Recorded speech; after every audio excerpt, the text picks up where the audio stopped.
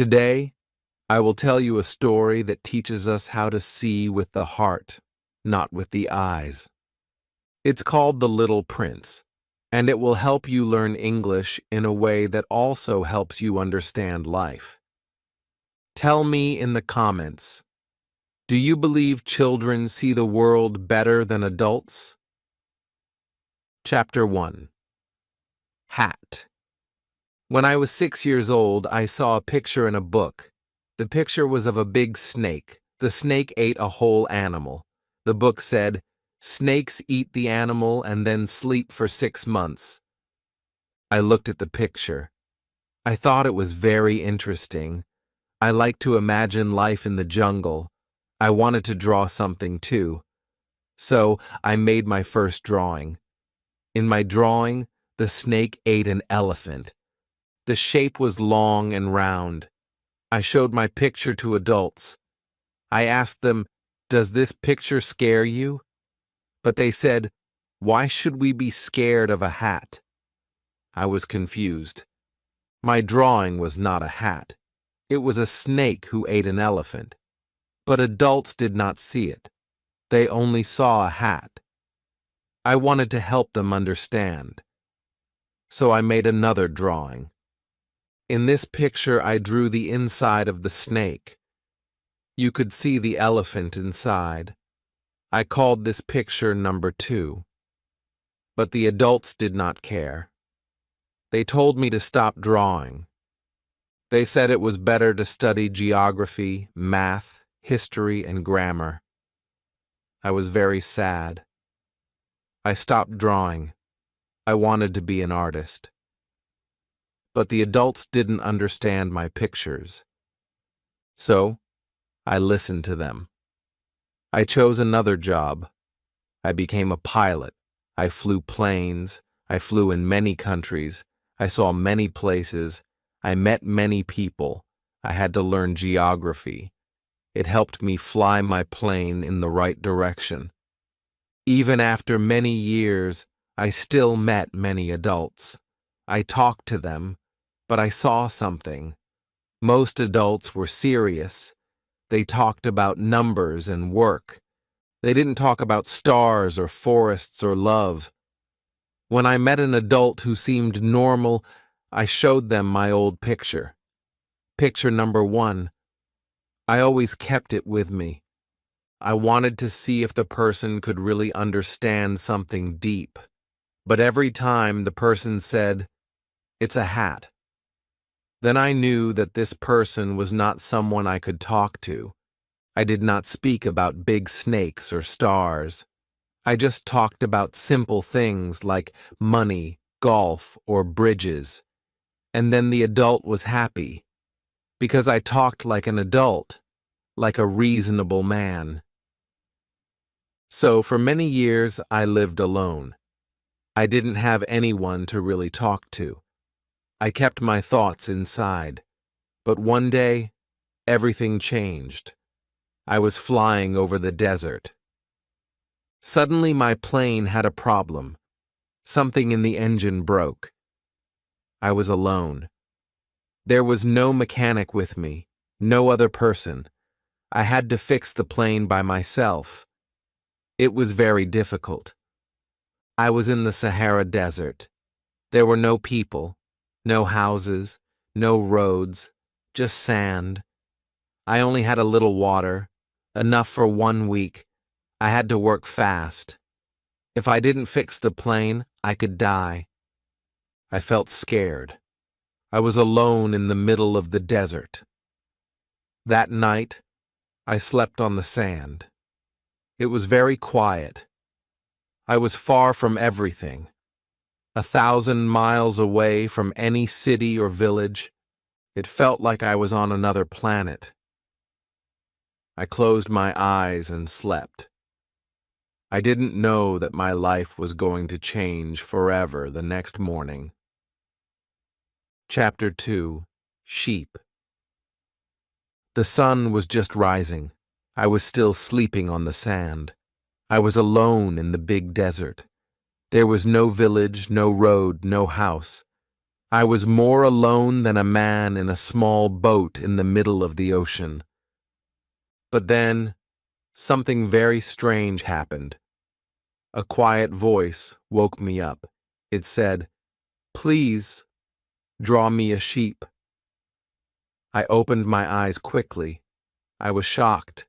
I looked around, and I saw a little boy, a very small boy. He had golden hair. He was standing in front of me. He looked calm. He didn't look scared. He didn't look lost. He was just standing there and looking at me. He said again, "Draw me a sheep." His voice was soft. His eyes were serious. I stared at him. I was 1,000 miles away from any person. I didn't understand. I asked him, "What are you doing here?" But he didn't answer my question. He only said, "Draw me a sheep." I felt surprised, but I didn't know why. Something in his face was different. It was not like other people. I wanted to say more, but I remembered I am not an artist. I stopped drawing when I was 6. I could only draw 2 things, a snake from the outside and a snake from the inside. So I showed him my old picture, the one that looked like a hat. He looked at it and said, "No, no, no. I don't want a snake who ate an elephant. That's too scary. And an elephant is too big. I want a sheep. Where I live, everything is very small." So I tried again. I drew a sheep. He looked at it and said, "This sheep looks very sick. I don't want a sick sheep." So I drew another one. He said, "This one has horns. That's not a sheep. That's a ram."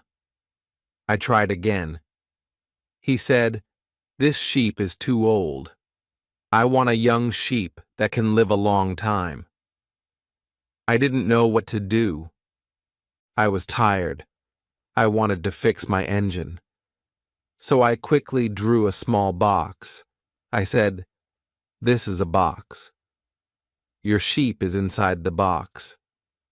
He looked at the box for a moment. Then his face lit up. He was very happy. He said, "Yes, this is perfect. This is just what I wanted. Do you think this sheep will need a lot of grass?" I said, "Why do you ask?" He answered, "Because where I live, everything is very small." I smiled and said, "Don't worry, I gave you a very small sheep." He looked at the picture again and said, "It's sleeping now." And I looked at him. I didn't understand what was happening, but I knew this moment was special. I felt something warm in my heart. That is how I met the little prince. Chapter 3. Planet. I didn't know where the little prince came from, but I wanted to know. He didn't answer questions directly. He asked many questions, but he almost never answered mine. Still, little by little, I started to understand him. He said something one day that helped me learn more. He looked at my airplane and said, "What is this thing?" I told him, "It's not just a thing. It's my plane. It flies in the sky." I felt a little proud when I said that. He looked at me and asked, "Oh, you fell from the sky?" "Yes," I answered. He laughed, a soft, clear laugh.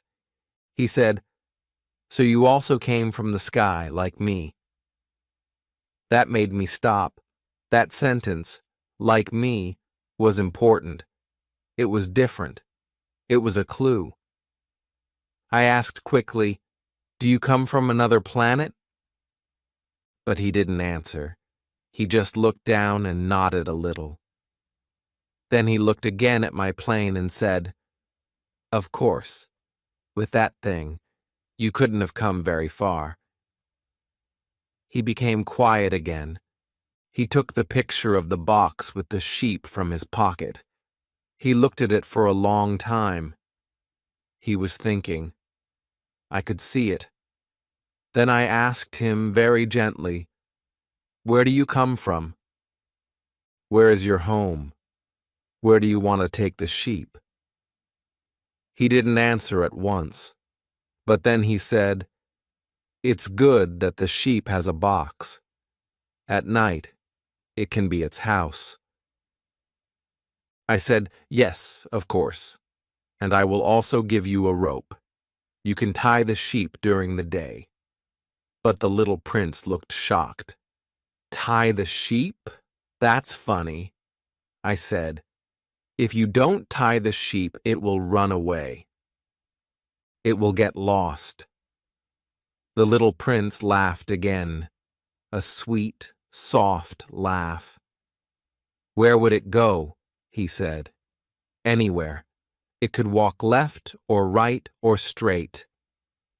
He looked down again and said quietly, "It's okay. Where I live, everything is so small, the sheep can't go far." And when he said that, I understood something very important. His planet was very small. It was no bigger than a house, but that was not surprising. I already knew about very small planets. Scientists sometimes find them with big telescopes. They don't give them names, just numbers. They call them things like Asteroid 3251, and now I was sure. The little prince came from one of those small planets, maybe the one called Asteroid B612. Chapter 4. Asteroid. I believe the little prince came from a small planet called Asteroid B612. This planet was seen only once by a man with a telescope. It was a Turkish scientist. He saw it in the year 1909. He told other scientists about it at a big meeting, but no one believed him. Why? Because he wore Turkish clothes. He looked different. Adults are like that. They don't believe the truth if it doesn't look the way they want. Many years later, the same man spoke again. But this time, he wore European clothes. He looked normal. And now, everyone believed him. That is how adults think. It's strange, but it happens often. I'm telling you all this because adults love numbers. They don't care about feelings or beauty. When you tell them, "I met a friend," they ask, "How old is he? How many brothers does he have? How much does he weigh? How much money does his father make?" If you say, "He has a nice voice. He likes butterflies. He loves to laugh," they don't listen. They only care about numbers. They think numbers are more real than love or laughter. If you say, "I saw a red house with flowers in the window and birds on the roof," they don't understand. But if you say, "I saw a house that cost $100,000, then they say, "Wow, that's a beautiful house." This is how they think. So when I tell them about the little prince, I don't say, "He laughed and wanted a sheep." They won't care. But if I say, "He came from asteroid B612, then they listen. Then they believe. But we who understand life, we don't care about numbers. We like stories. We know that stories tell the truth better than facts. So I tell this story like a fairy tale. I say, once upon a time, there was a little prince. He lived on a small planet. He had a flower. And he was looking for a friend. If you understand what that means, then this story is for you. Chapter 5. Elephants. It has been 6 years since I met the little prince. But when I think about our time together, I still feel something deep inside my heart. I remember each word, each drawing, and each quiet moment in the desert. I don't want to forget any of it. That's why I am telling you this story now. I want to keep it safe. I want to keep the little prince alive in my memory. Because when we forget a friend, it is very sad. And not everyone has a real friend. So I bought some pencils and started drawing again, even though I had not drawn anything since I was a child. I try to make my drawings look true, but it is not easy.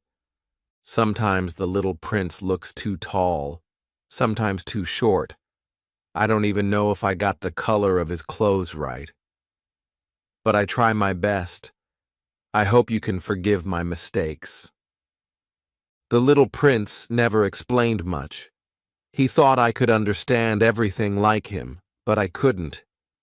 Maybe because I was already becoming like the adults. Maybe I was already old. Every day I learned something new about his planet.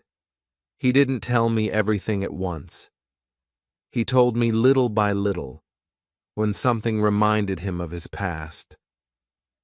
On the third day, I learned about the danger of baobabs. It was during a conversation about sheep. He asked me, "Is it true that sheep eat little bushes?" I said, "Yes, of course." He said, "Ah, I'm glad." I didn't understand why this was important. Then he added, "So they also eat baobabs?" Now, I was surprised. I told him baobabs are not like little bushes. Baobabs are very big trees. They are as big as churches. Even if you had a group of 9 elephants, they could not eat a single baobab. I laughed when I said this. 9 elephants on a tiny planet. They would have to stand on each other. The little prince laughed too, but then he became serious again. He said something very important. Before baobabs grow big, they are small, very small. And then I understood. Baobabs start as small seeds. They are like little plants at first. But if you don't pull them out early, they grow fast. Then they become too strong. Their roots go deep into the ground. On the little prince's planet, the ground is very small. If too many baobabs grow, they can break the whole planet. Their roots can tear the planet into pieces. That's why the prince wanted a sheep. He needed it to eat the small bushes before they became dangerous trees. I could now imagine the life of the little prince every morning. He would wake up, clean his volcanoes, and look for small baobab plants. Then he would pull them out quickly before they could grow. It was like a daily duty, a quiet fight against disaster. He said, "It's a question of discipline.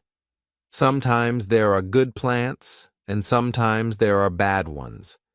But the seeds look the same. You have to watch them carefully.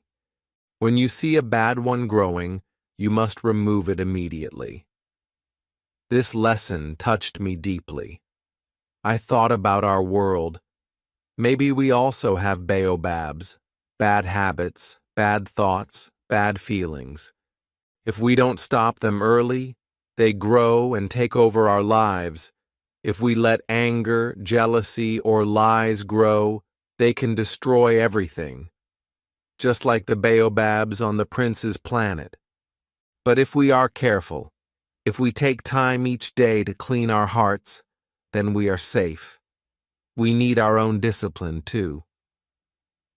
The little prince asked me to draw a picture of the baobabs for children. He said, "Sometimes children wait too long. Then it's too late." He was right. When a baobab is big, it's hard to remove. That's why I made a serious drawing of 3 huge baobabs. Their roots are deep. They are heavy and strong. I wanted this picture to be a warning, a simple but important message. Pull the baobabs when they are small. The prince spoke quietly that day. He looked into the sky as he talked.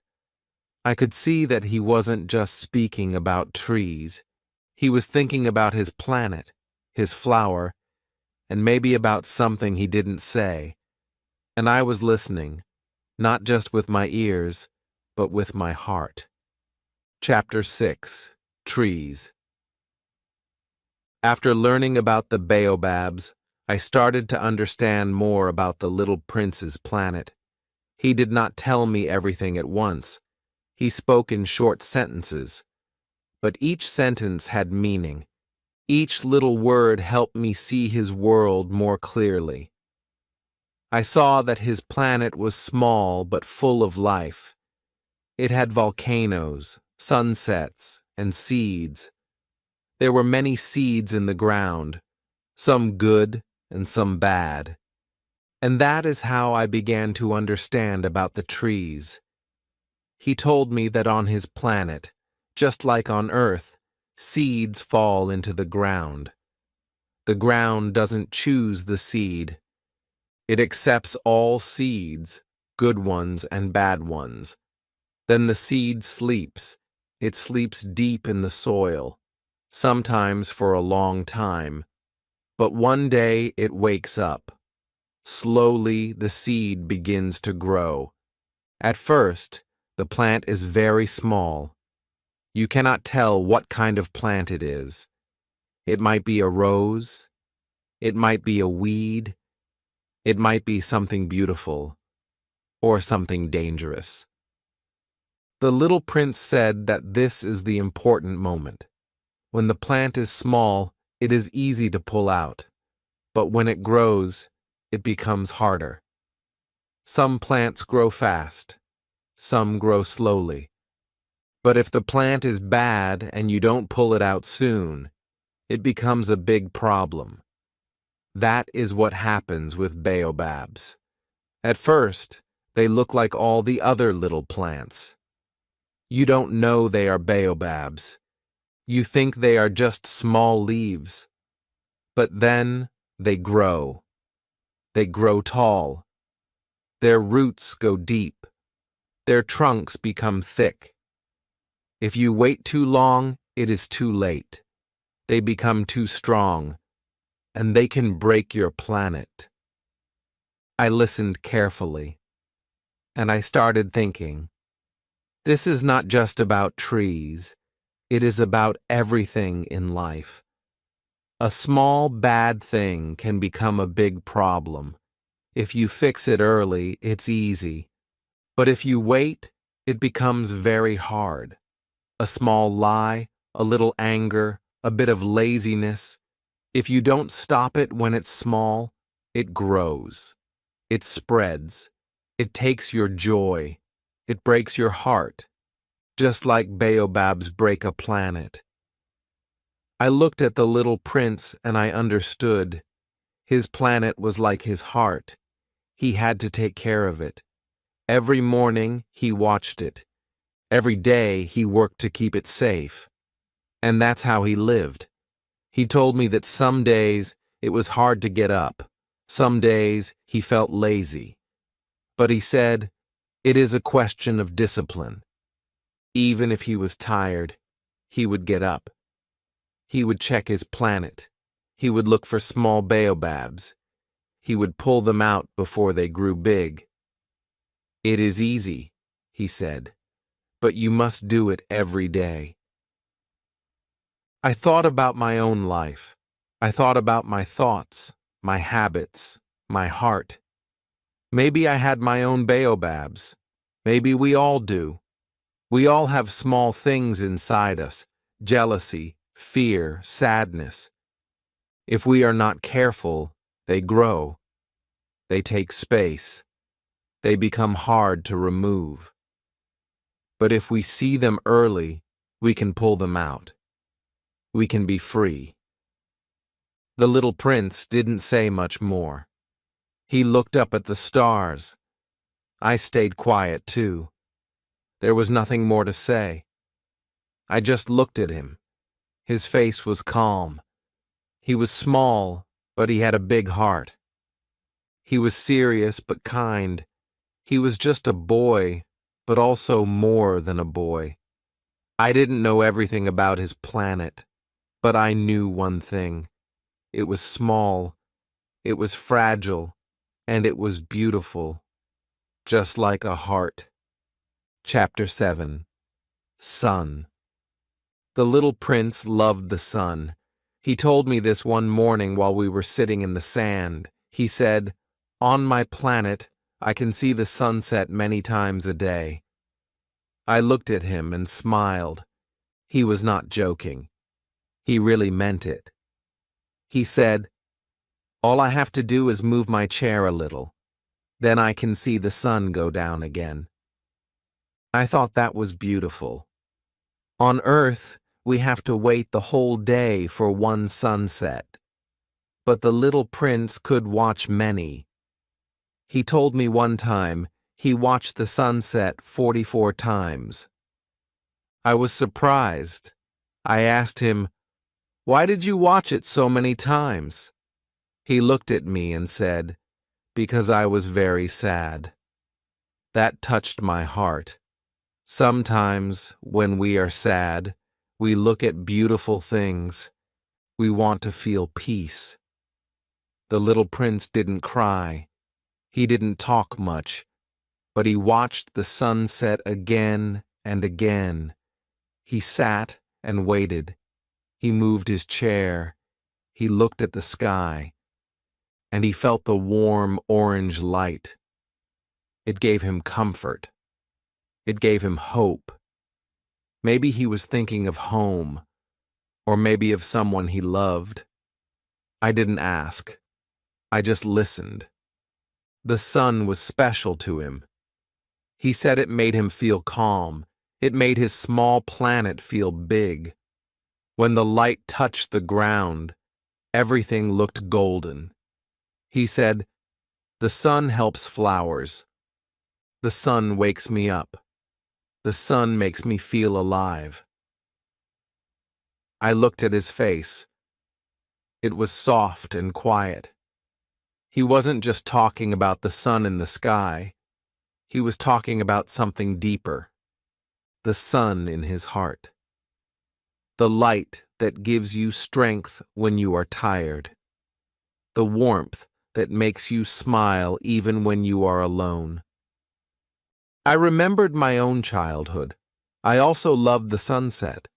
I used to sit on the roof of our house. I waited for the light to change. The sky turned yellow, then orange, then pink, then purple. Then the stars came out. It always felt like magic. I never told anyone how much I loved it. But when the little prince spoke, I remembered that feeling. I remembered the silence, the soft wind, the slow fading of the day, and I understood him better. He said, "People on your planet are always busy. They forget to look at the sun." He was right. We run from place to place. We look at our phones. We think about work, money, problems. But we forget the sky. We forget the light. We forget the joy of simple things. Like a sunset, the little prince taught me something important. He taught me that looking at the sun is also a way of feeling, a way of remembering, a way of healing. He didn't have much, just a tiny planet, a flower, and a chair. But he had the sun, and he used it. He watched it with love, with care, with heart. That day, in the desert, we both looked at the sunset. The sky was wide.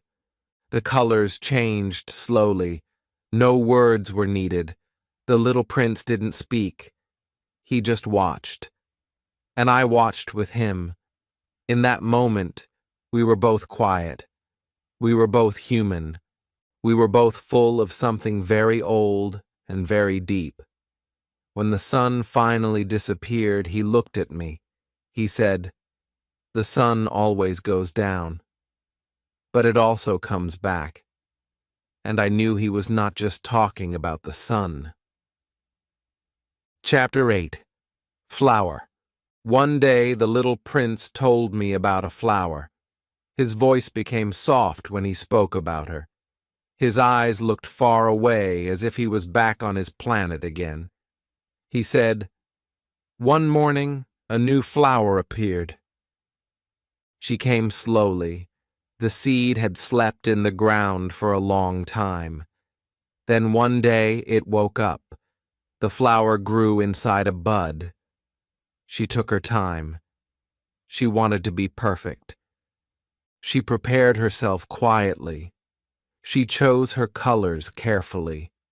She wanted her petals to be just right. And finally, one morning, just as the sun rose, she opened. The little prince was amazed. She was beautiful. She was soft. She was full of color and light. He had never seen anything like her. All the other flowers on his planet were simple, but this one was different. She was proud. She was delicate. She was special. At first, the little prince didn't understand her. She started speaking in a slow and graceful voice. She said, "Oh, I just woke up. I'm sorry. My hair is messy." She had a kind of pride, but it was not cruel. It was soft and quiet. She wanted to be loved. The little prince said, "You are very beautiful." And she smiled. But then she said, "Do you have a screen to protect me from the wind?" The little prince didn't know. He had never taken care of a flower like this before. He felt shy. He didn't know what to do. Then she asked, "And what about breakfast? Can you bring me something?" The little prince ran to get water. He tried his best. He brought her a glass dome to protect her from the cold. He gave her love. But sometimes she said things that confused him. She talked about tigers. She talked about her thorns. She tried to be strong, but she was not. She was soft inside. She was afraid, and she didn't know how to say, "I love you." The little prince became sad. He didn't understand her words. He didn't see the love hidden behind her pride. He thought she didn't care about him. He felt alone. He started to feel unhappy on his planet. That's when he decided to leave. He said to me, "I didn't understand flowers then. I was too young to understand love." When he left, he looked at her one last time. She said, "I was wrong. I didn't know how to show my feelings. I love you, but you didn't understand me, and I didn't understand you. That is my fault. Please go. Be free. Try to be happy." She was not proud anymore. She was gentle. She didn't cry. She didn't ask him to stay. She let him go. That is true love. Letting someone go if they need to. The little prince was surprised. He didn't expect that. She looked beautiful in the morning light. The wind touched her petals. She stood quietly in the breeze. The little prince didn't want to leave, but he had already decided. He wanted to see other places. He wanted to learn. And now he carried her in his heart. As he told me this story, he looked at the sky. His voice was low. He missed her. I could feel it. He didn't say the word love, but it was there, in every sentence, in every pause, in every look. He had loved that flower, and maybe she had loved him too. But sometimes, when we are young, we don't know how to show it. And that is why the little prince left his planet. Not because he stopped caring, but because he wanted to understand. Chapter 9. Glass. The little prince stayed with the flower for some time before he left his planet. But during those days, things were not easy. The flower, who had once opened so gently, became difficult. She asked many things. She spoke in a strange way. And slowly, the little prince felt confused. She started to cough, he told me, looking down at the sand. But I don't think she was really sick. I think she just wanted attention. He wasn't angry when he said this. He was sad. The kind of sadness that comes when love feels too hard. The flower would say, "Oh, the night was cold. You didn't cover me. I could die from this." Or sometimes she would sigh and say, "You don't really care about me. If you did, you would never leave me alone." The little prince didn't understand. He tried to help. He watered her every morning. He protected her with a glass dome. He even cleaned around her so the wind wouldn't hurt her. But the more he tried, the more she complained. And slowly, he felt tired. He loved her, but he didn't know how to show it. And she loved him, but she didn't know how to say it in simple words. She was proud, he said softly. And I was too young to understand that pride hides pain. He told me she would say things that hurt him, like, "You should have done this," or, "Why don't you ever say kind things to me?" But he was quiet. He didn't know how to say, "I love you," with words. So he gave her water. He brought her the glass cover. He showed love in his actions, but she wanted love in words. One day, the flower said, "I don't need the glass. I am strong. I can take care of myself." But she wasn't strong. She was afraid. She just didn't want to seem weak.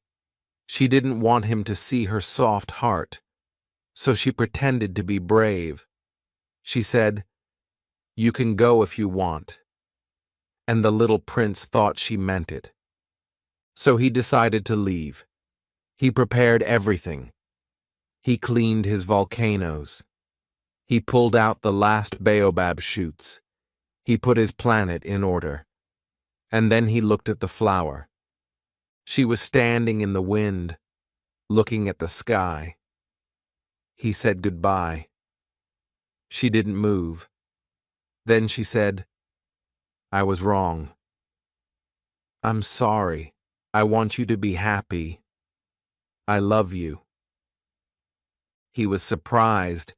Her voice was different, soft, honest. She was not coughing anymore. She was not complaining. She was just quiet. He almost didn't leave, but something inside told him it was time. He had to go. He had to learn more. Maybe one day he could come back. He looked at her one last time. He wanted to remember her like this, calm, peaceful, standing in the sun. He put the glass dome over her gently, like a kiss. "She didn't want me to see her cry," he said. "Flowers are so mysterious." I said nothing. I just listened, because I understood.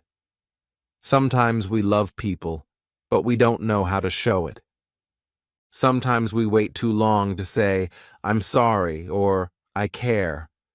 And sometimes, when we finally say it, the person is already leaving. But the little prince didn't hate the flower.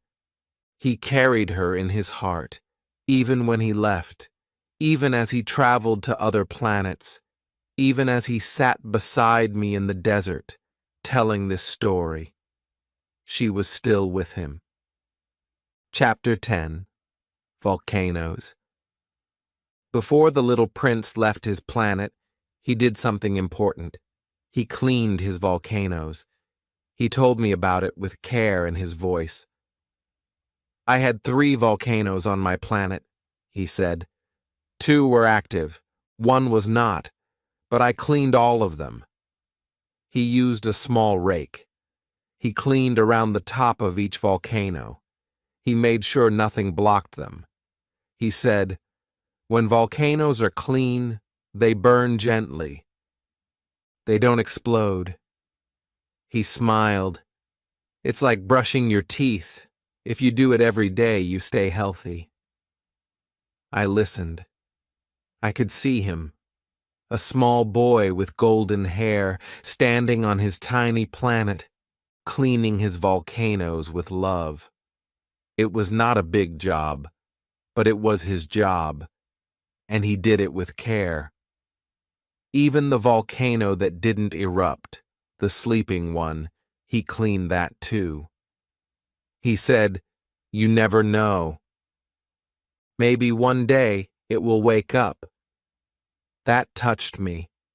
How many things in life do we leave because they are quiet, because they are silent? But the little prince didn't forget anything.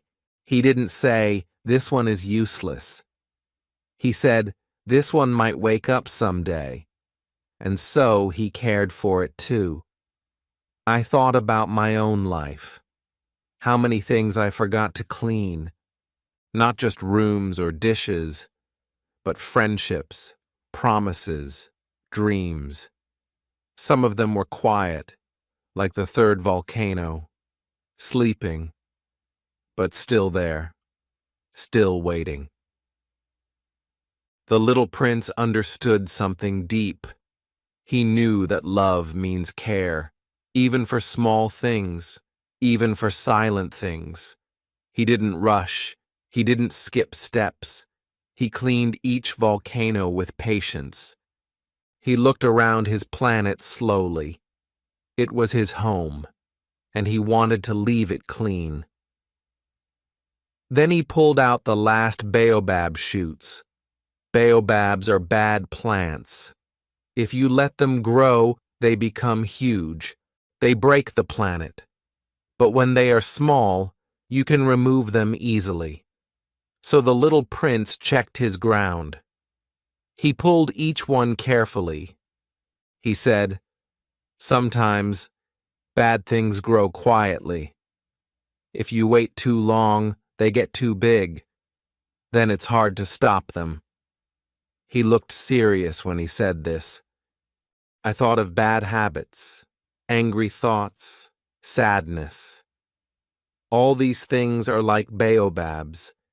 If you don't watch them, they grow. If you don't act early, they take over. The little prince knew this. And that's why he checked every day, cleaning his volcanoes, pulling the baobabs, saying goodbye to his flower. He told me, "It was a peaceful morning. I did everything I always do.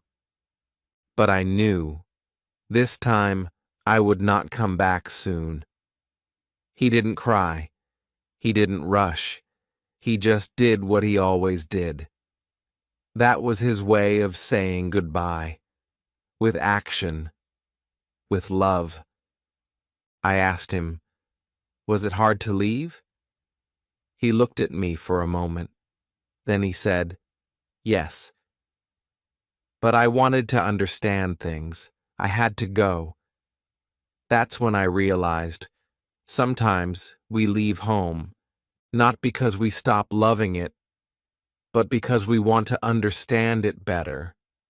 We go far so we can see what it really means to us. and when we come back, we love it more. That morning, before he left, the little prince gave one last look at his planet. It was small. It had a flower, 3 volcanoes, and some stars above. But for him, it was the whole world. Then he stepped into the wind and left. Chapter 11. King. After the little prince left his own planet, he began to visit other planets. He wanted to learn. He wanted to meet new people. He wanted to understand grown-ups. The first planet he visited was very small, but it was not empty. It had a king. The king was sitting on a big chair. He wore a purple robe and had a crown on his head. He looked very serious. When he saw the little prince, he said, "Ah, a subject." His voice was loud, like a person who gives many orders. The little prince looked around. There was no one else, just the king. The planet was too small for more than one person. "A subject?" the little prince asked. "But who do you rule?" The king raised his chin. "I rule over everything," he said. "Over this planet, over the stars, and even over you." The little prince was surprised. "You rule the stars?" "Yes," the king said, "and they obey me. I give orders, and they listen." The little prince wanted to see how powerful this king really was. So he asked, "Can you order the sun to set?" The king looked confused.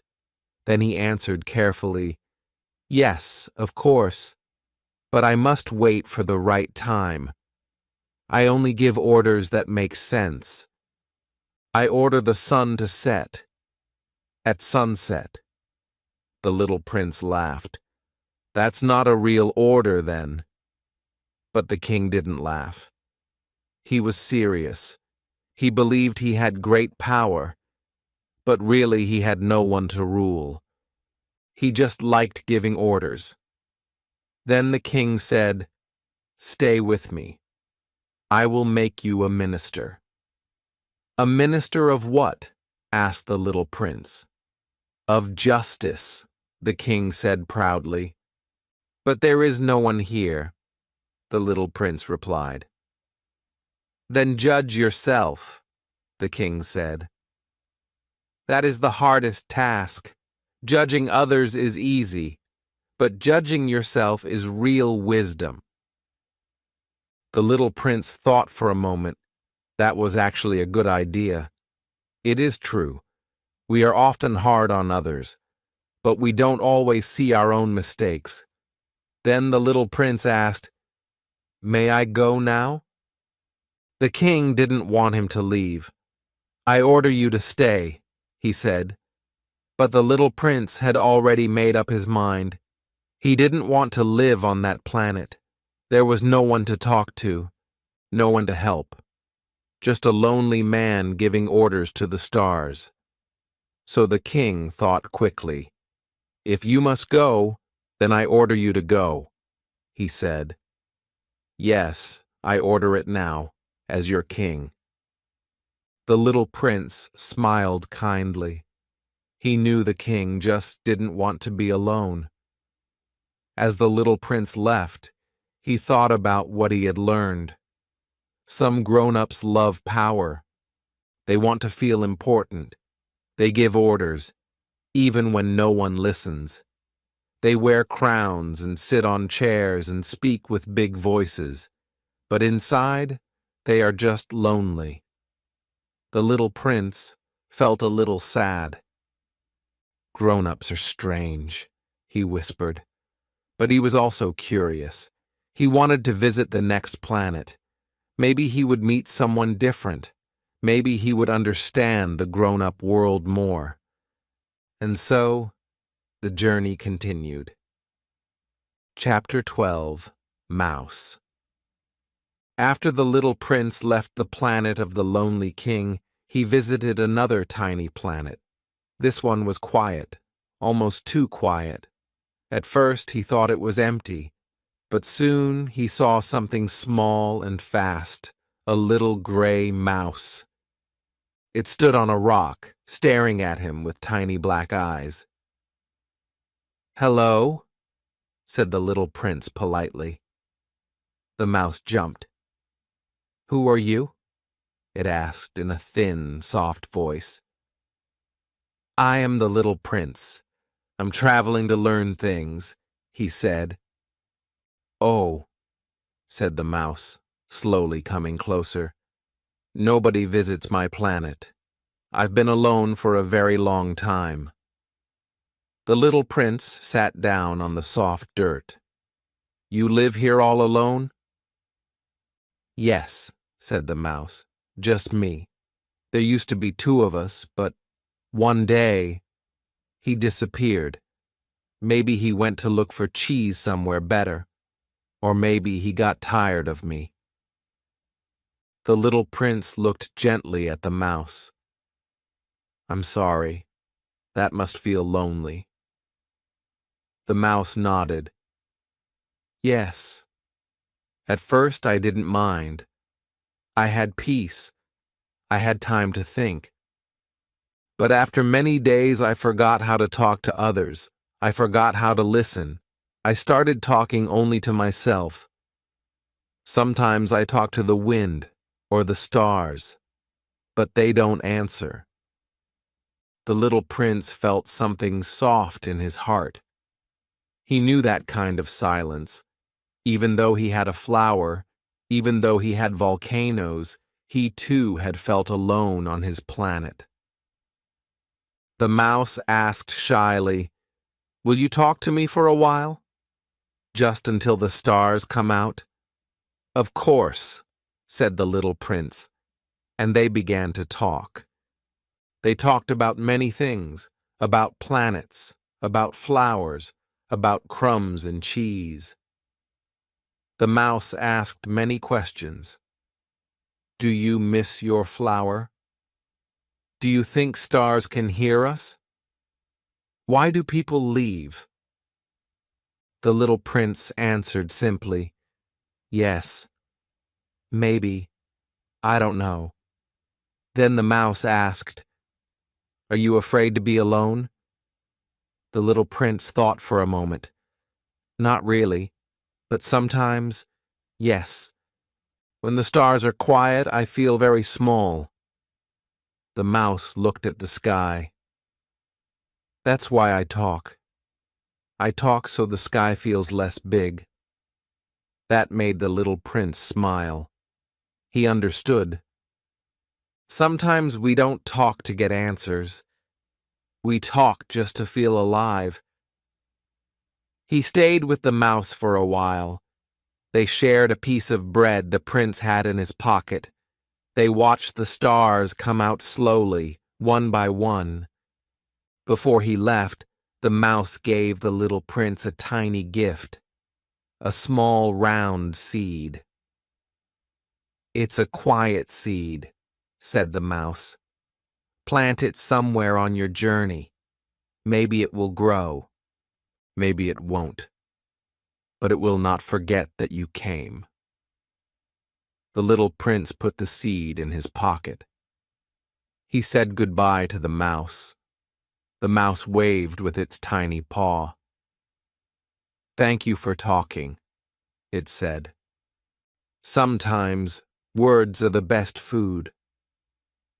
The little prince flew off to the next planet, the wind behind him.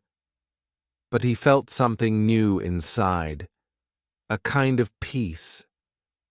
Talking to the mouse had reminded him that even small voices matter. Even tiny lives are full of meaning. And deep in his heart, he understood something important. Real connection does not need a big crowd. It only needs one heart listening to another. Chapter 13. People. The little prince visited the next planet. It was not big, but it had many strange things. The prince saw 3 people. Each one lived alone on his own little piece of land. The first man was wearing a big hat. He stood in the middle of his land and kept bowing again and again. He bowed when no one was there. But when he saw the little prince, he smiled proudly and bowed deeply. The prince asked him, "Why do you bow like that?" The man said, "Because I am a very important person. I bow to thank people when they clap for me." The little prince was confused. "But I did not clap," he said. The man said, "Please, clap for me." The little prince clapped a little. The man smiled again, lifted his hat, and bowed many times. The prince asked him, "Do you only care about people clapping?" The man said, "Yes. I want to be admired. I want to be the most handsome, the richest, the smartest man on my planet." The little prince looked around. There was no one else.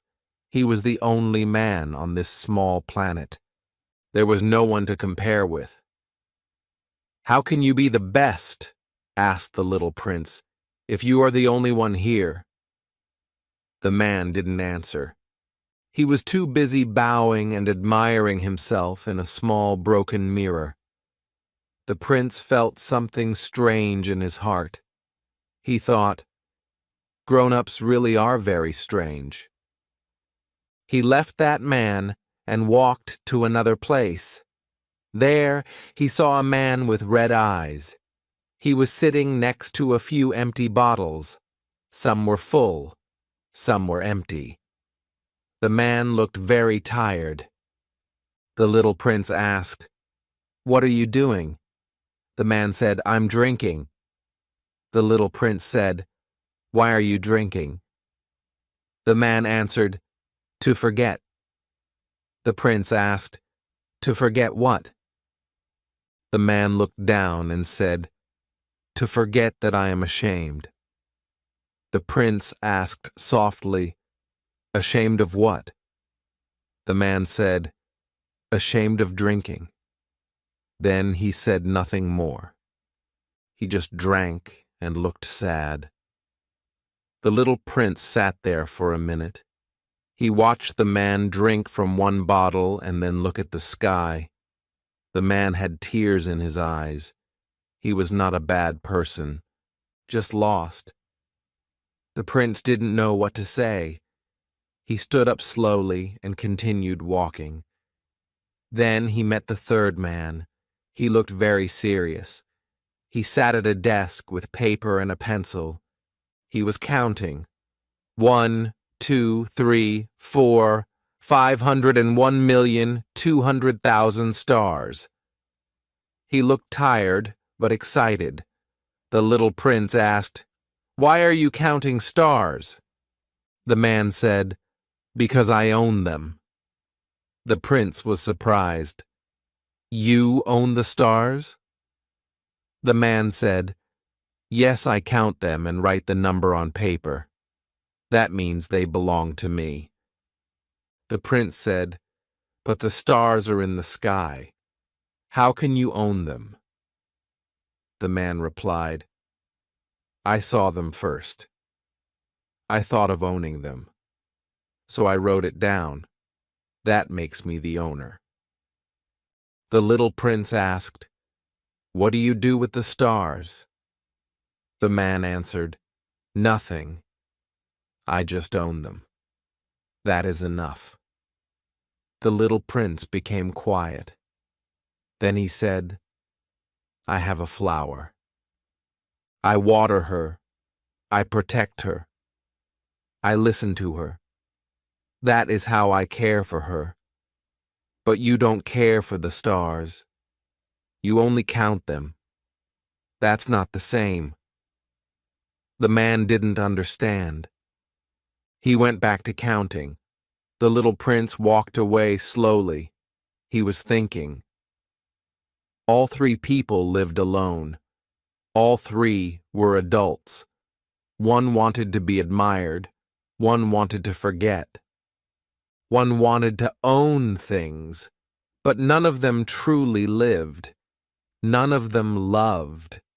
None of them looked at the stars with joy. They were busy with strange things. The little prince looked up at the sky and whispered, "Grown-ups are very, very strange." But he also felt something heavy in his chest. He thought about his flower. He had left her behind. Was he just like the others now, walking, but not feeling? He wasn't sure, but he knew he had to keep going. Maybe the next planet would help him understand what truly matters. Chapter 14. Businessman. The little prince kept walking. He arrived at another part of the small planet. There he saw a man who looked very, very busy. He was wearing a gray suit. He was sitting at a table full of papers. He had a big notebook in front of him. He was writing numbers and looking up at the sky. The man didn't even look at the prince. His eyes were serious. His hands were fast. He was counting. He didn't smile. He didn't stop. The little prince stood there for a while. Then he asked, "Hello, what are you doing?" The man replied quickly, "I'm very busy. I don't have time to talk." The little prince waited. He asked again, "What are you doing?" The man finally looked at him and said, "I am a businessman. I am counting stars." The little prince was surprised. "You count stars?" he asked. "Yes," said the businessman. "I count them. I write the number in my notebook. Then I lock the notebook in a drawer. That way I know I own them." The little prince sat down and looked at the stars above. He said, "You own the stars?" The man nodded. "Yes, I was the first to think about owning them. That makes them mine." The little prince was quiet. Then he asked, "And what do you do with the stars?" The man replied, "I do nothing. I just own them." The prince didn't understand. He said, "I have a flower.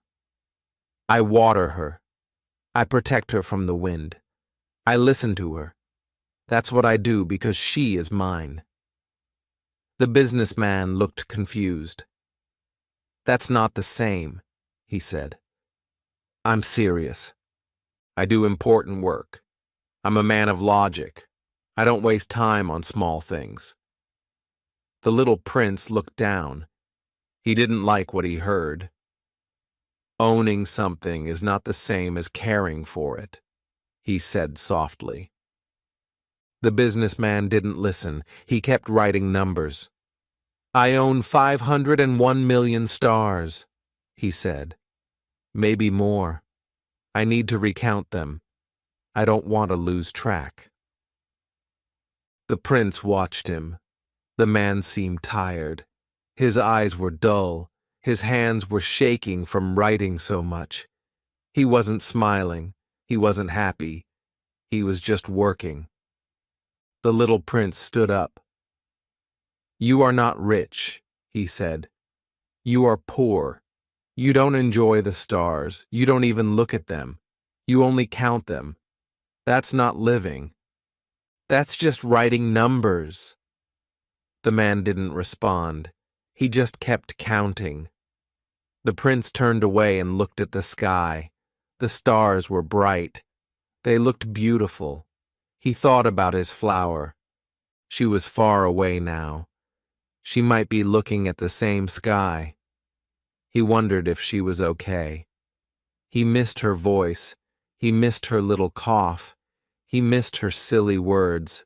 She was not perfect. But she was real. and she was his. The businessman had stars, but he didn't know them. He didn't touch them. He didn't love them. The little prince had a flower, and he missed her. He knew now that caring was more important than owning. That love was not about control. It was about giving time, giving attention, giving part of your heart. The little prince felt something warm and sad inside his chest. He said, "Goodbye," to the businessman. But the man didn't hear him. He was still counting. The prince looked at the stars one last time before leaving. They were free, they were shining, and they belonged to no one. Or maybe they belonged to the people who looked at them with love. Chapter 15. Lamp. The little prince walked on. He felt quiet inside. The last planet made him think a lot. Then he saw a small planet with only one man. This man was standing next to a tall street lamp. The lamp was old, but strong. The man had a long coat and a hat. He held a stick in his hand. The little prince watched him. Every minute, the man would turn on the lamp. Then, 1 minute later, he would turn it off, then on, then off, again and again. The prince was confused, but also curious. "Good morning," said the little prince. "Why do you keep turning the lamp on and off?" The man stopped for a second. He looked kind, but tired. "It is the order," he said. "Long ago, the rule was to turn on the lamp when night comes and turn it off when day comes.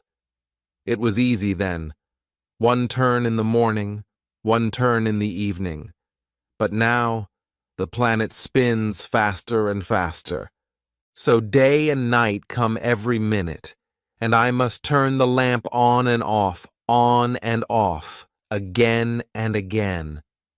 The little prince was surprised. "That sounds hard," he said. The man nodded. "It is, but I must follow the rule." The little prince sat down and watched. The man moved with care. He didn't complain. He didn't rest. He just worked. He turned the lamp on. Then he turned it off. He never stopped. His face was serious, but his eyes were kind. He was different from the king, different from the businessman. He didn't want power. He didn't want numbers. He just wanted to do his job well.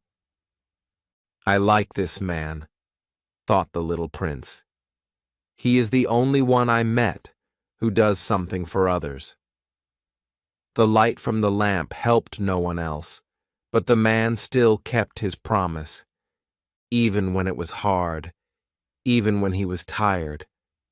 The prince saw something beautiful in this man, the beauty of keeping your word, the beauty of simple work done with heart. After a while, the little prince asked, "Why don't you rest?" The man smiled. "Because I have no time," he said. "The planet turns too fast. I must keep working." The prince thought for a moment. Then he said, "Maybe you can walk very slowly. Then you can stay in the sunlight. You won't need to light the lamp." The man laughed a little. "That is smart," he said. "But I don't have the strength. I am too tired now." The prince felt sad. He wanted to help, but he didn't know how. Before leaving, the little prince said, "Your work is simple, but you are the best grown-up I have met so far. You care. You do your job even when it's not easy. That is special."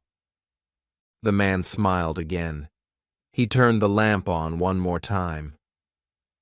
"Thank you, little one," he said.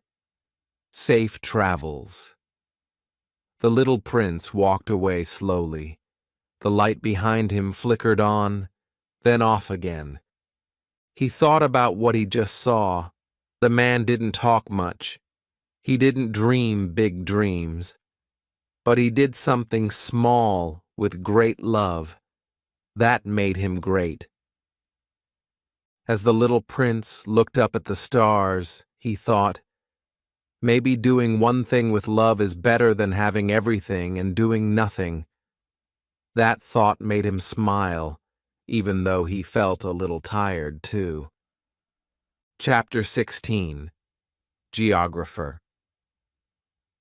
The little prince came to another planet. It was bigger than the last ones. There was a man sitting at a high desk. He wore glasses and looked very serious.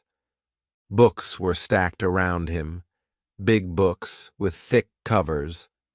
The man did not look up at first. He was busy writing something in a notebook. The little prince stood quietly, then softly said, "Good morning." The man looked up and nodded. "Good morning," said the man. "Are you a traveler?" The little prince smiled. "Yes," he said. "What do you do here?" The man sat up straight. "I am a geographer," he said. "I study places. I write about rivers, mountains, oceans, and cities." The prince's eyes lit up. "That sounds exciting. You must travel a lot and see many things." But the geographer shook his head. "No," he said. "I don't travel. I stay here. I wait for explorers. They go out and see the world. Then they come back and tell me. I write it all down." The little prince was quiet. He didn't understand. "So, you never see the rivers or the mountains yourself?" The geographer shook his head again. "Number. That's not my job.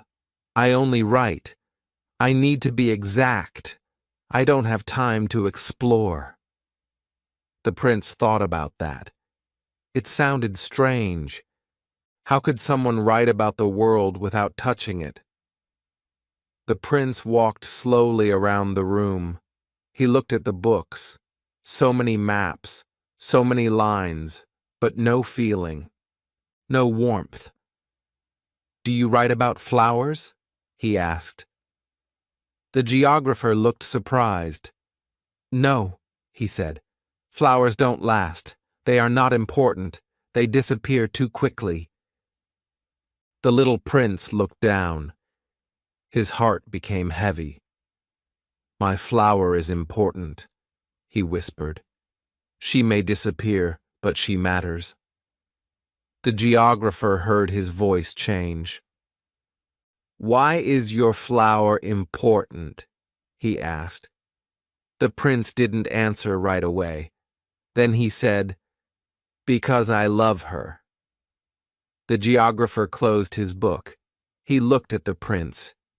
"Then she is important to you. But I only write about things that last forever. I write facts." The little prince walked to the window. He looked out into the stars. "So you only write about things that don't change?" he asked. The geographer nodded. "Yes. Mountains, oceans, deserts. Not flowers, not people." The prince felt something soft break inside him. The world of grown-ups felt colder on this planet.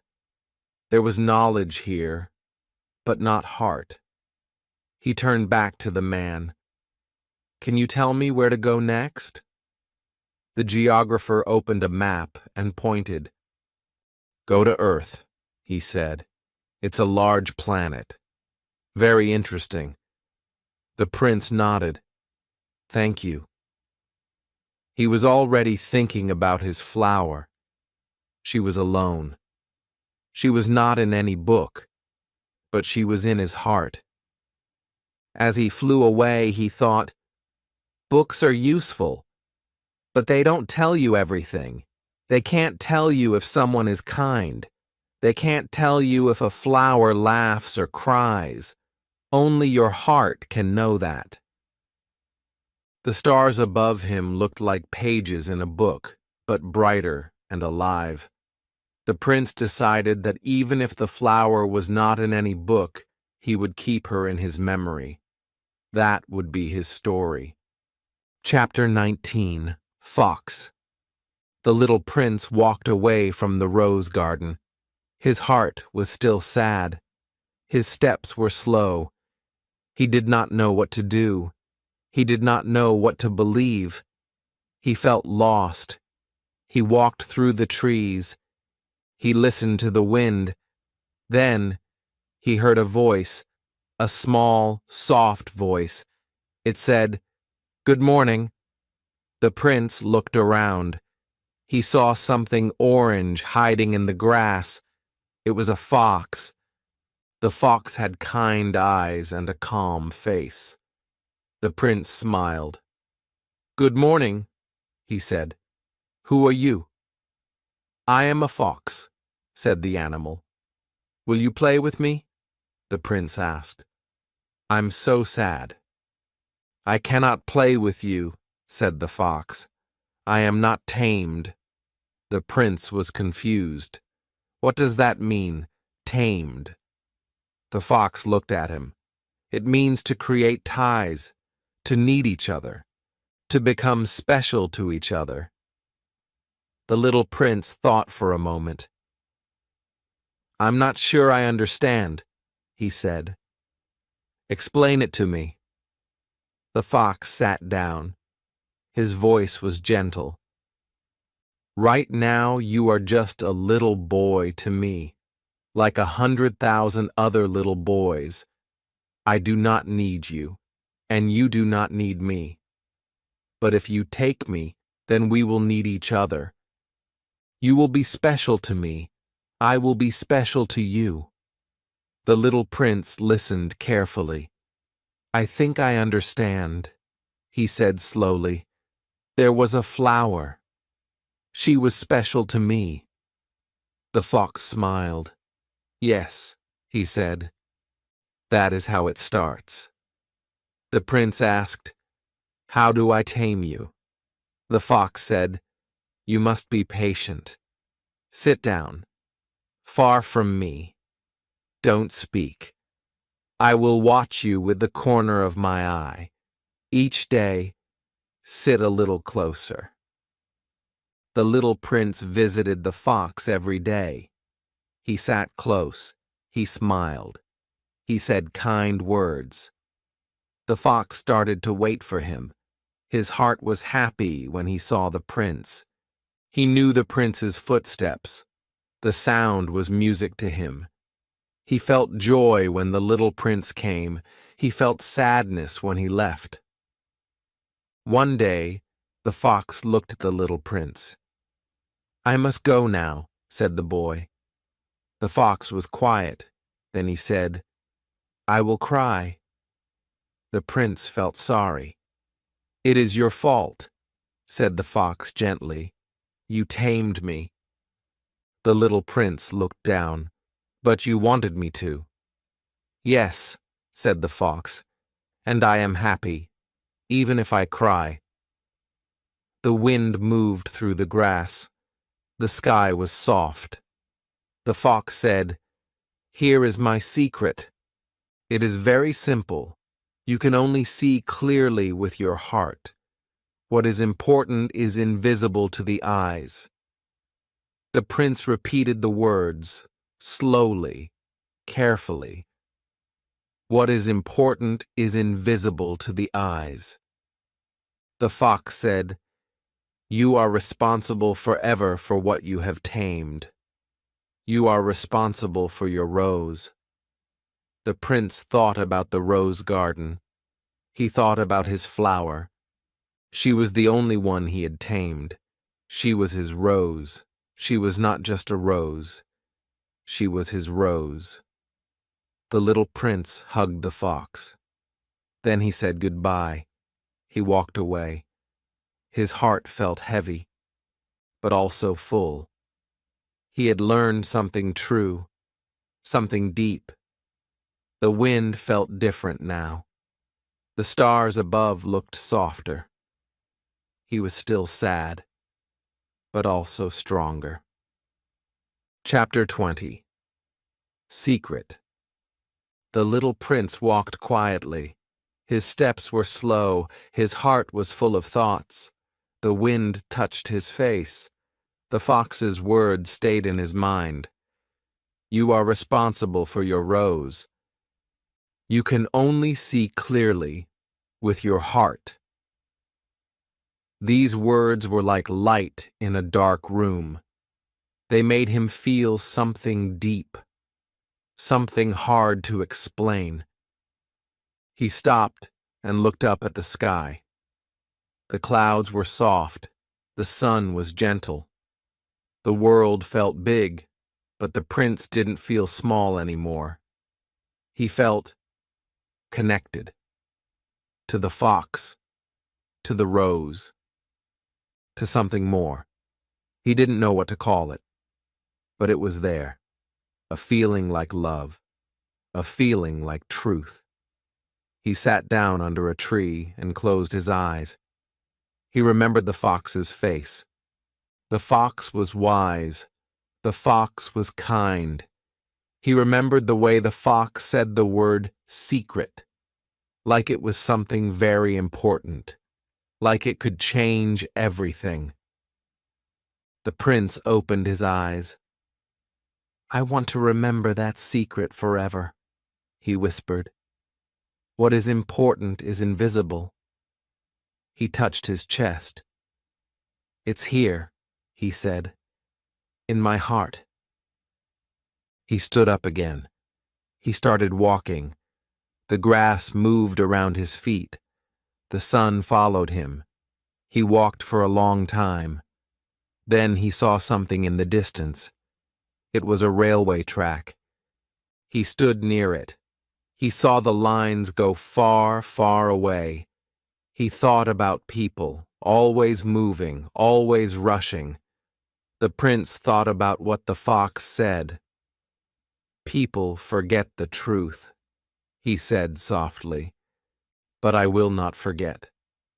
He smiled to himself. I will remember my rose. I will remember my friend. And then something wonderful happened. The prince felt a soft warmth in his heart, like a flame, a little light. It didn't come from outside, it came from inside him. It was the secret. It was now part of him. The secret said, you are responsible for what you love. The prince stopped walking. That's it, he said. That's the meaning. That's why the fox gave me this secret. He sat down again and whispered to the wind, even if I am far from my rose, I still care for her. Even if I am on another planet, I am still her friend.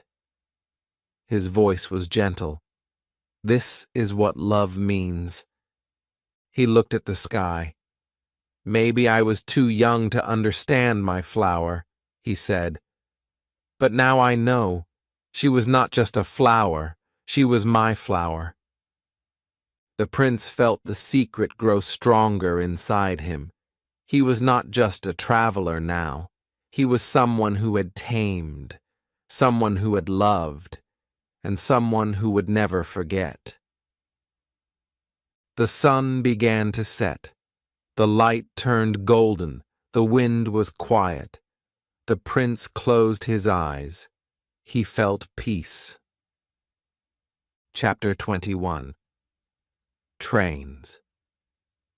The little prince kept walking. His heart was full of the fox's secret. He held it gently, like a gift that cannot break, but still must be protected. He was thinking about love, about being responsible for someone, and about the things that cannot be seen with the eyes. As he walked across the earth, he heard a loud sound in the distance. It was a train. The tracks were shaking. The air moved fast. The noise came closer and closer. Then the train passed. So many cars, so many windows, but not many faces inside. Just a blur of people rushing. The prince stood and watched. He looked at the train until it disappeared. He looked left. Another train came from the other direction. It was just as fast, just as loud, and it also disappeared quickly.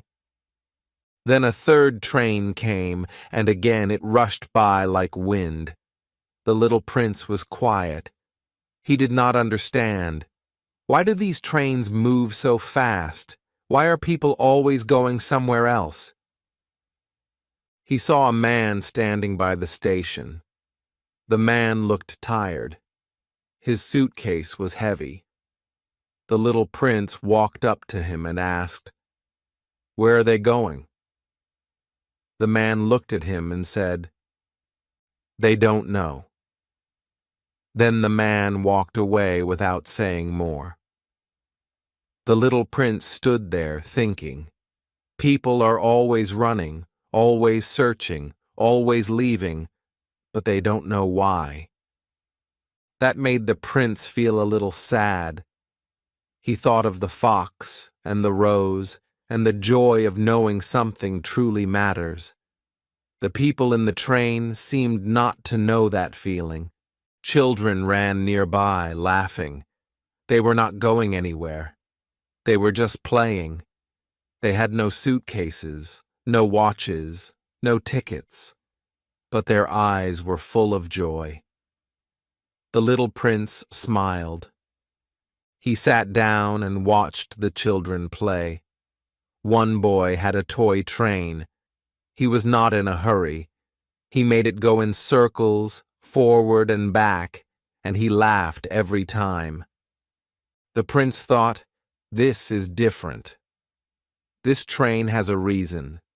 It brings happiness." The little prince understood something new. Grown-ups make trains, build tracks, sell tickets. They spend time and money. But sometimes they forget why they move. They forget what they are looking for. They think going fast is the answer, but speed without purpose is just noise. The little prince watched the train toy again. The boy smiled as it moved. Only children know what they are looking for, the prince whispered to himself. He felt that truth deep in his heart. Only children remember to look with the heart. He looked at the sky again. The clouds were pink. The sun was going down. The light was soft. He remembered the fox. He remembered the rose. He remembered the secret. You are responsible for what you love. He repeated that again, softly. The wind blew. It was a kind wind. Like a friend, like someone saying, "Keep going, you're learning." The little prince stood up. He started to walk again, but slower now. He had no train, he had no suitcase, but he had something better. He had love, he had memories, he had a purpose, and he would not forget it. Chapter 22. Desert.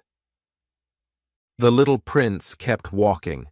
Now he was walking with the narrator, the pilot. They were in the desert together. The sun was hot. The ground was dry. There were no trees, no water, no people. Just sand and sky. And they were very thirsty. The pilot felt tired. His lips were dry. His eyes looked around but saw nothing. No village, no house, not even a shadow. Only sand and more sand. He wanted to rest, but he also wanted to find water.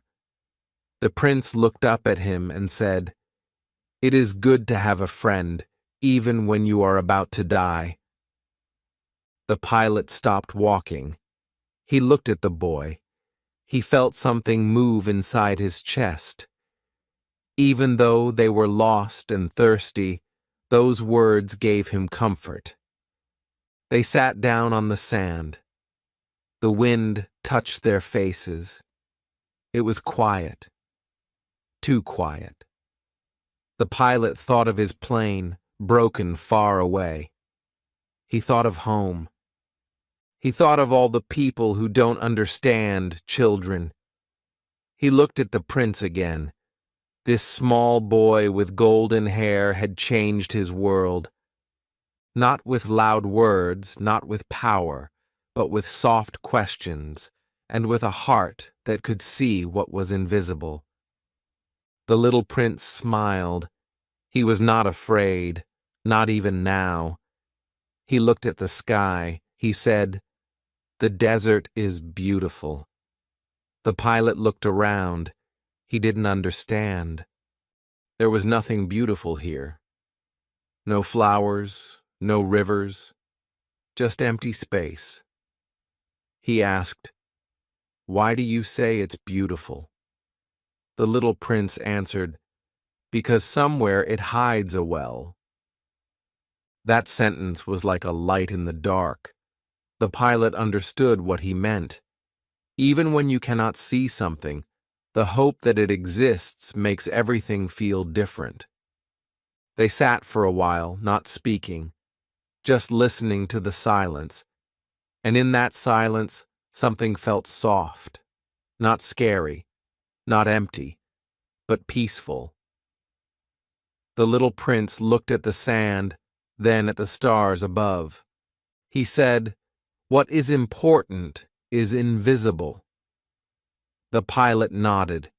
His heart felt full, not with water, but with something warmer, something like love, or understanding, or being seen. The prince leaned against him. The sky turned darker. Night was coming, but the fear was less now. Even without water, even without a map, the pilot knew something was growing between them, something that was stronger than thirst. He thought again about the prince's words. "It is good to have a friend, even when you are about to die." Yes, it was true. A true friend makes pain smaller. A friend makes you feel alive, even in the middle of a desert, even when you don't know what tomorrow will bring. They looked at the stars together.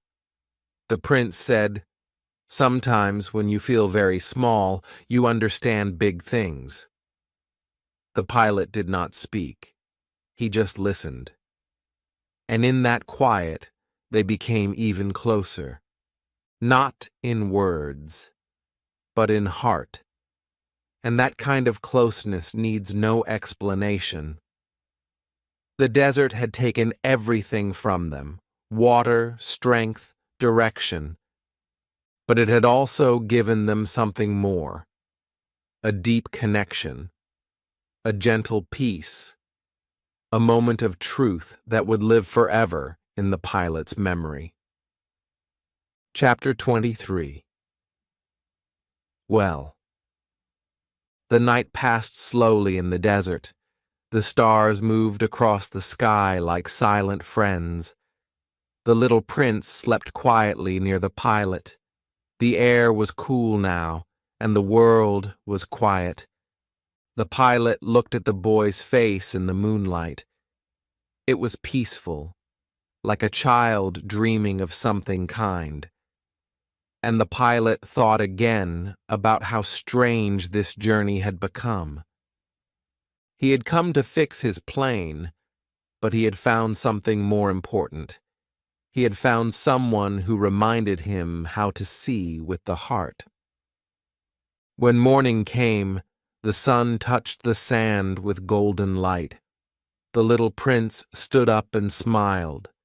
He looked into the distance and said, "Let's find a well." The pilot stood too. He didn't ask where or how or why. He simply walked beside the prince. Because when someone you trust says, "Let's go," you follow. Even if there's only sand in every direction, even if it feels impossible. They walked for a long time. The sun grew hot. The pilot's body felt tired, but something inside him felt strong. The little prince walked like someone who already knew where they were going.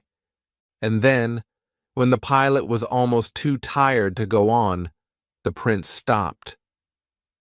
"Look," he said, "down there." And in front of them, the sand was shaped like a smile. It was not just sand. It was the edge of something, a stone wall, a circle, a real well. The pilot felt his heart jump. He knelt down beside it. The well was old, but beautiful. It had a rope and a wooden wheel. There was a bucket, too, the kind of well you read about in stories. He pulled the rope. The wheel turned slowly. It made a soft sound. It was like music after silence. The bucket rose, heavy with water. The little prince watched with wide eyes. The pilot gave him the bucket. The prince drank. He drank with his eyes closed, slowly, like it was the best thing in the world. And then he gave the bucket to the pilot. The water was cool. But it was more than that. It tasted like walking in the desert, like silence, like stars. It tasted like hope. And the pilot realized something. This water was special, not because of the well, but because of the journey. Because they had walked and waited and hoped. That made the water sweeter than anything else. The little prince said, "People forget this. They look at things fast. They don't see the secret inside. But when you work for something, when you wait and walk and hope, it becomes beautiful." The pilot nodded. He looked at the water again. It really was beautiful.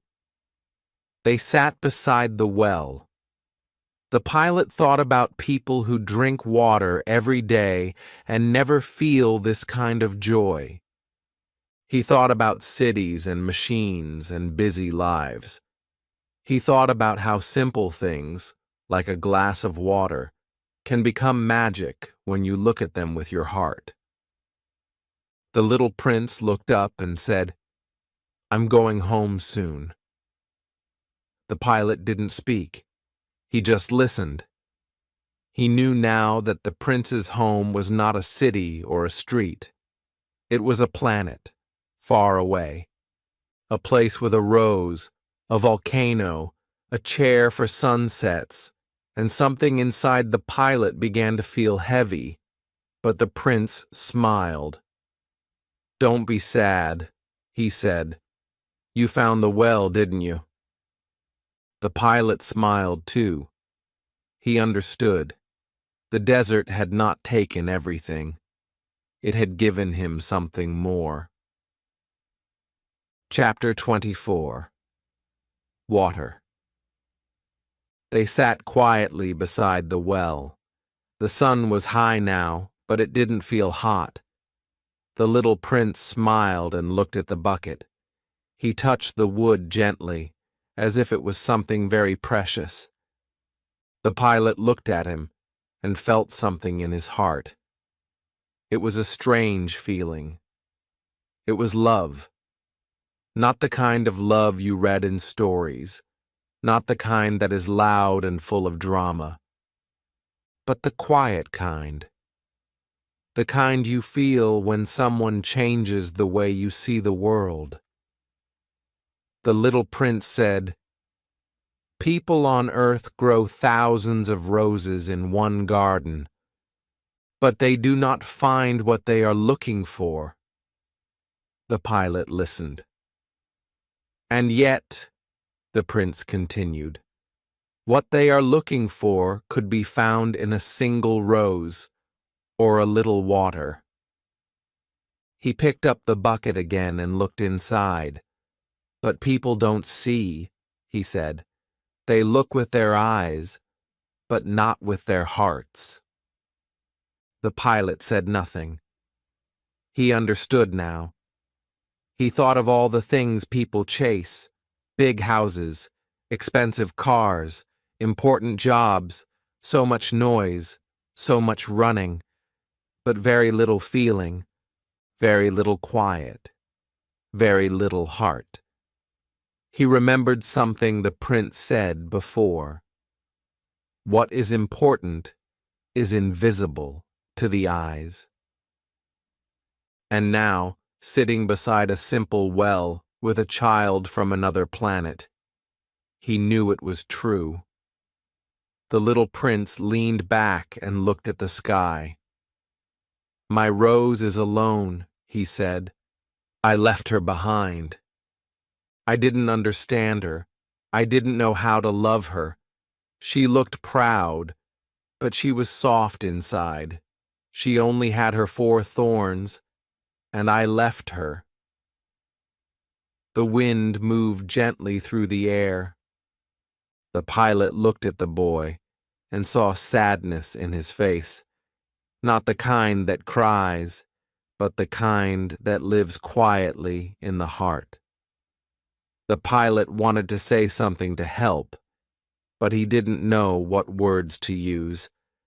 Sometimes silence is better than words. So he just sat with the boy, and in that silence, they both thought about love. Real love. The kind that is not perfect. The kind that is sometimes difficult. But also the kind that stays in your heart even when you are far away. Then the little prince said something very soft. The stars are beautiful because of a flower you cannot see. The pilot smiled. He understood now that the stars were not just stars. They were lights filled with meaning. They were reminders of love, of friendship, of quiet moments like this one. The desert was still. There was no sound except the wind. And in that quiet, everything felt full. The little prince said, I will give you a gift. When you look up at the sky, you will see the stars. And because I will be living on one of them, it will be like all the stars are laughing. He laughed a little when he said this. You will have stars that can laugh, he said. The pilot laughed too. He imagined looking up at the stars and hearing laughter. And for the first time, the sky felt alive. The pilot helped the little prince carry the bucket. They walked slowly, side by side, with the quiet joy that only comes when your heart is full. They did not speak much. They didn't need to. The well had given them more than water. It had given them a moment, a memory, a feeling they would never forget. Chapter 25. Wall. The sun was starting to set. The sky slowly changed its colors. It was golden at first, then pink, then soft purple. The desert was quiet again, but this time it felt different. There was a strange kind of peace in the air, like the whole world was holding its breath. The pilot walked with the little prince. They didn't talk much. The little prince looked thoughtful, like he had made a big decision. A quiet one. A decision from the heart. They walked until they reached a low stone wall. It stood there, alone, in the middle of the desert. It looked like a place where something ends, or maybe begins. The little prince stopped and looked at the wall. He stood very still. The pilot stood beside him. He didn't ask questions, but something inside him felt heavy, like a shadow growing longer. The little prince turned his head slowly and said, "This is the place." The pilot didn't understand. "What place?" he asked gently. The boy didn't answer right away. He walked closer to the wall and looked down. There was nothing there. Just sand and silence. But then something moved. A soft noise. A hiss. The pilot's heart jumped. He remembered the snake, the one they met when the prince first arrived on Earth.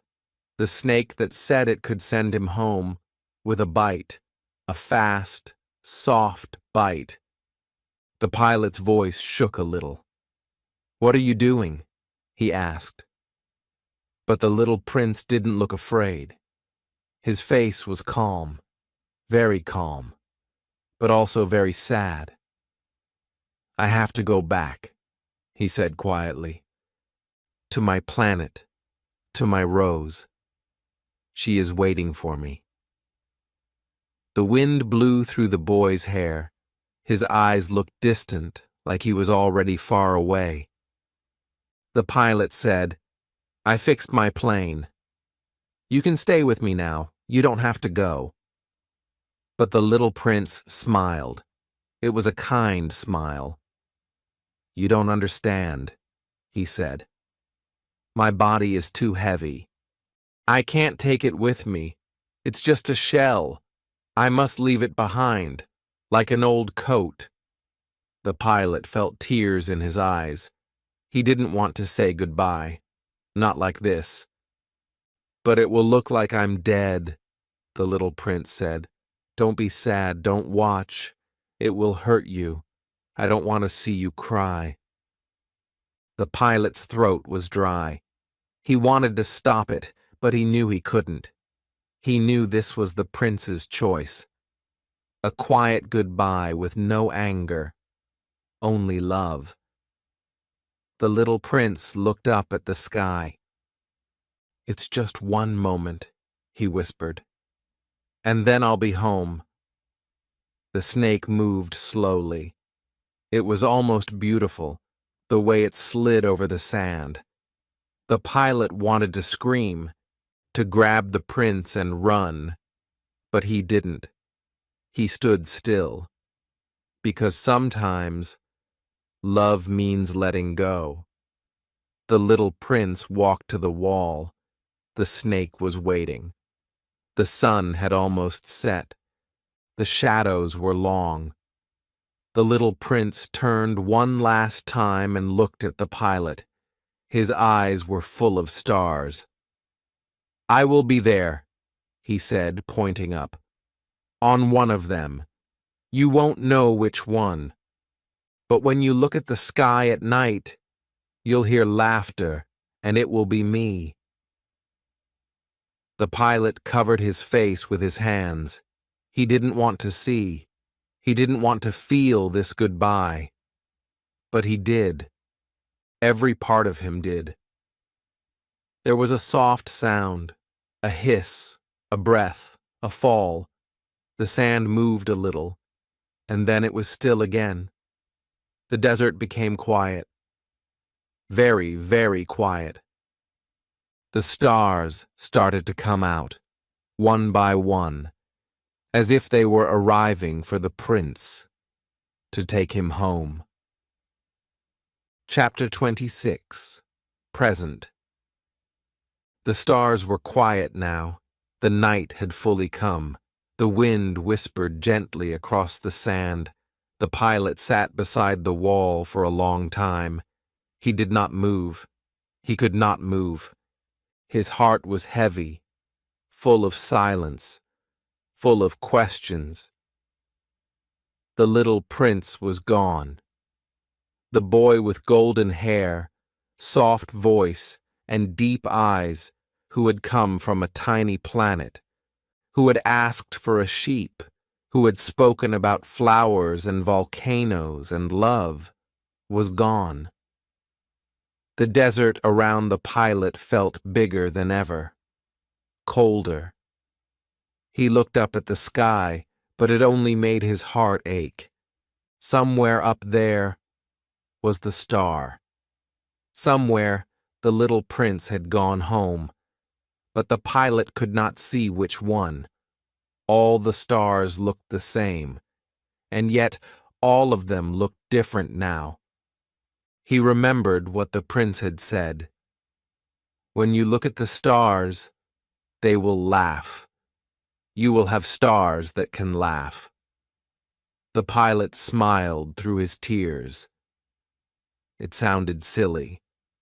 It sounded like a child's game, but it didn't feel silly now. It felt real. It felt like the only truth in the whole wide desert. His star was not quiet anymore. It was alive, not because it made a sound, but because it held a memory, a boy, a voice, a laugh. The next day, the pilot walked back to his plane. His legs felt weak, but his heart had a strange kind of strength now. He worked slowly.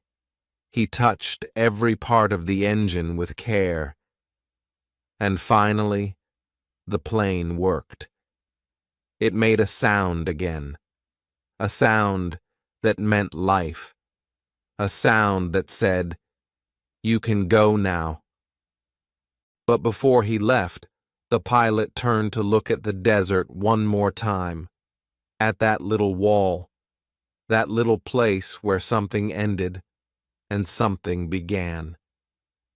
He took off and flew into the sky. The clouds passed below. The wind touched his face. He was flying again. But everything had changed. He was not the same man. The desert had given him something he could never explain, something invisible, a quiet truth, a feeling that lived deep inside. And when night came and the stars began to appear, he looked up. At first he tried to guess which star was the prince's star, but then he stopped, because it didn't matter. The little prince had said, "It will be one of them. And when you look at the sky, you will hear me laugh." The pilot looked again. The stars looked brighter than before, and for a moment, just a small moment, he heard it. Not with his ears, but with his heart. A soft laugh, a gentle sound hidden between the stars. He smiled.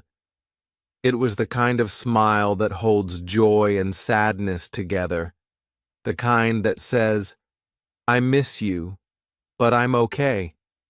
He whispered, "Thank you."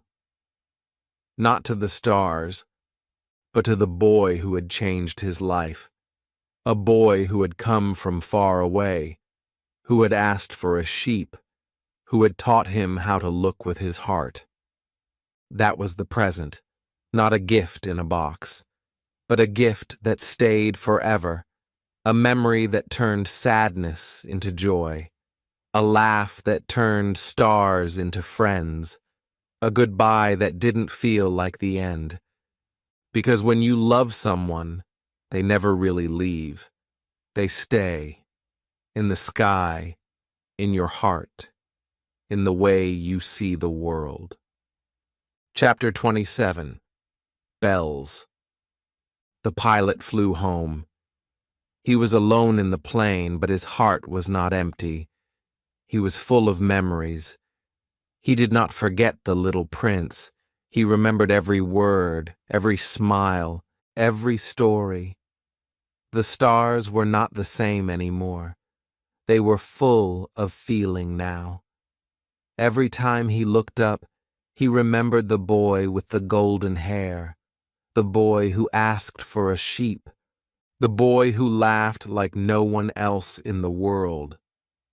His laugh was special, software bright, full of joy, full of mystery. It was like music, like little bells. One day after many weeks, the pilot was standing outside at night. The sky was dark, but the stars were shining. He looked up and closed his eyes. He remembered the prince's words again. When you look at the stars, they will sound like little bells. The pilot smiled. He didn't hear anything with his ears, but in his heart, something moved. He felt a sound, not loud, not clear, but soft, sweet, like a laugh, like bells in the wind.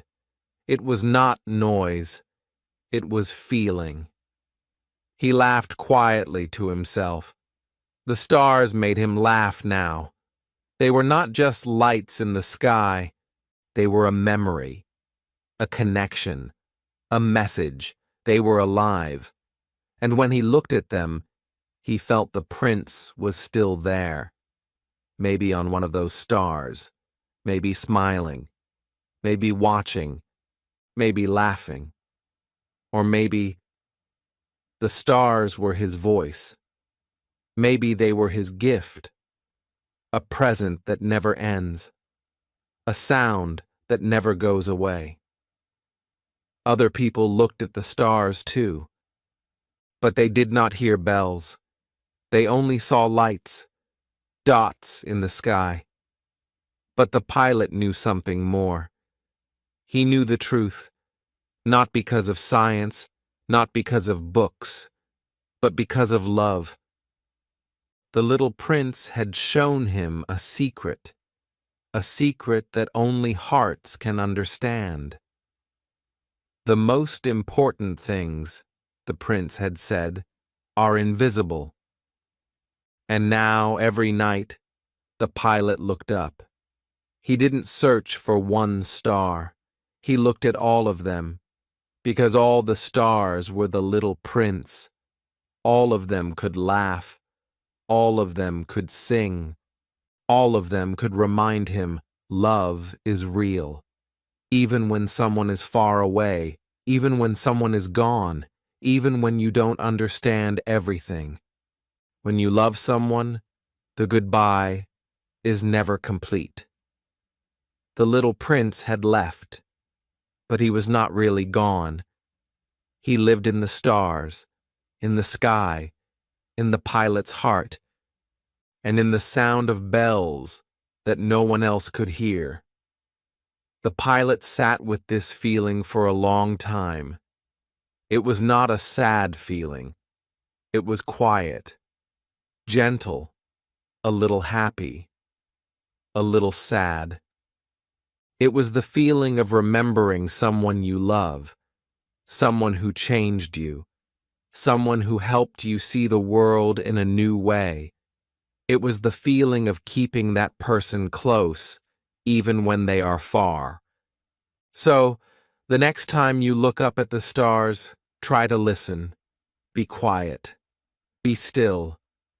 Maybe, if you are open, you will hear something. Maybe you will hear a laugh, or a soft ring, or a feeling that touches your heart. Maybe you will hear the bells, and if you do, smile, because you are not alone. Chapter 28. Departure. The little prince had made a decision. He had to go back to his planet. He missed his flower. He missed her soft voice, her petals, her silly words, and her pride. But most of all, he missed the feeling of being needed. He knew now that she was not perfect, but she loved him. And love is not about being perfect. Love is about caring, about being responsible, about staying even when it's hard. The pilot was with the prince. They had found water. They had shared moments. They had become friends. But now, something had changed. The prince looked quiet. His eyes were calm, but there was something deep inside them, something far away. That evening, he walked alone. He went to the place where the snake was. The same snake who could help him go home. The pilot followed him.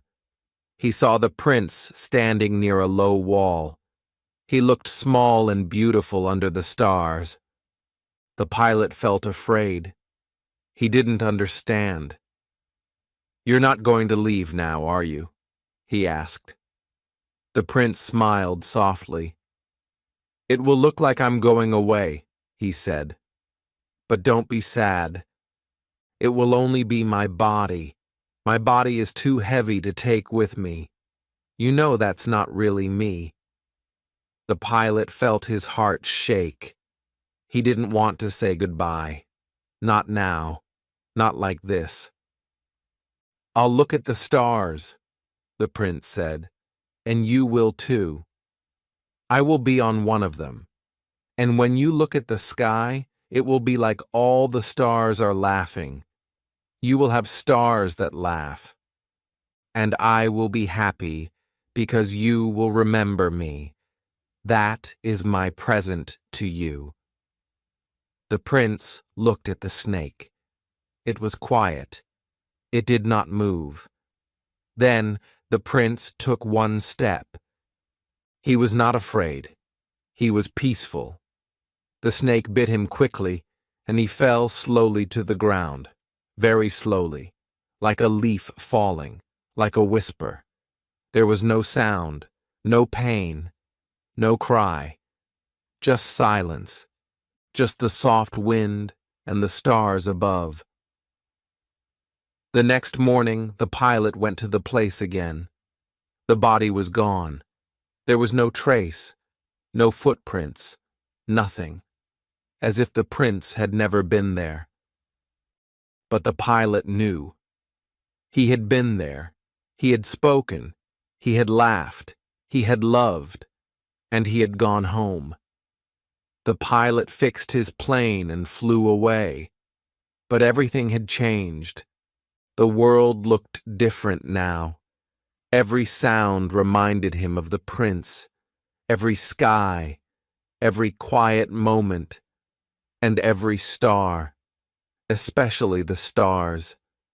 He remembered the prince's laugh, the sound of bells, the feeling of something small and true and full of light. The pilot never told many people about the little prince.